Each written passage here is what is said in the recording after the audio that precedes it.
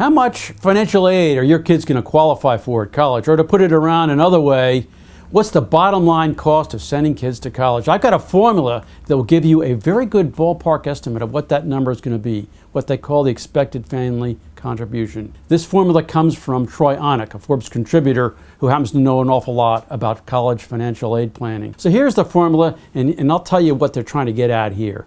The concept is that the college wants you to chip in a certain percentage of your assets every year and a certain fraction of your after-tax income. They get pretty greedy here because the assets, after a certain allowance, get taxed at a 5% annual rate. You have money set aside, they want to take 5% of it. Your income, here we're talking about after-tax income, gets taxed at a much higher rate, 46%.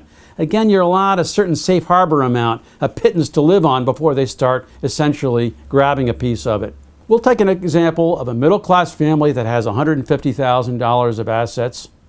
That means that about $100,000 is going to get hit up with this 5% tax.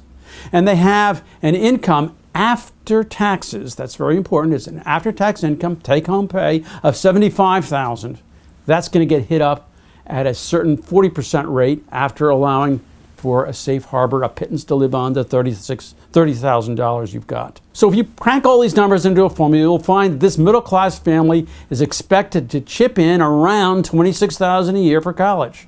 What if they got one kid and they're sending that kid to a $25,000 college, maybe a state college? No aid. They're supposed to be able to front the whole cost themselves out of their assets and their income. What if they've got two kids, each at $30,000 schools? That's a total bill of $60,000. You subtract the 26 that they're supposed to chip in. That means that 34 is supposed to be some kind of financial aid. If it's a good school, it'll be a grant and aid. It'll be a need-based aid. It'll just cut your bill. If it's at a less prosperous school, it might be in the form of a loan or something less desirable. Now, what do you do with these numbers? It gives you a ballpark. That's all it does. You can get a much more exact number, college by college, by going to each college's online cost calculator. And you'll find that you're putting in a lot of stuff that I didn't even cover in this formula here.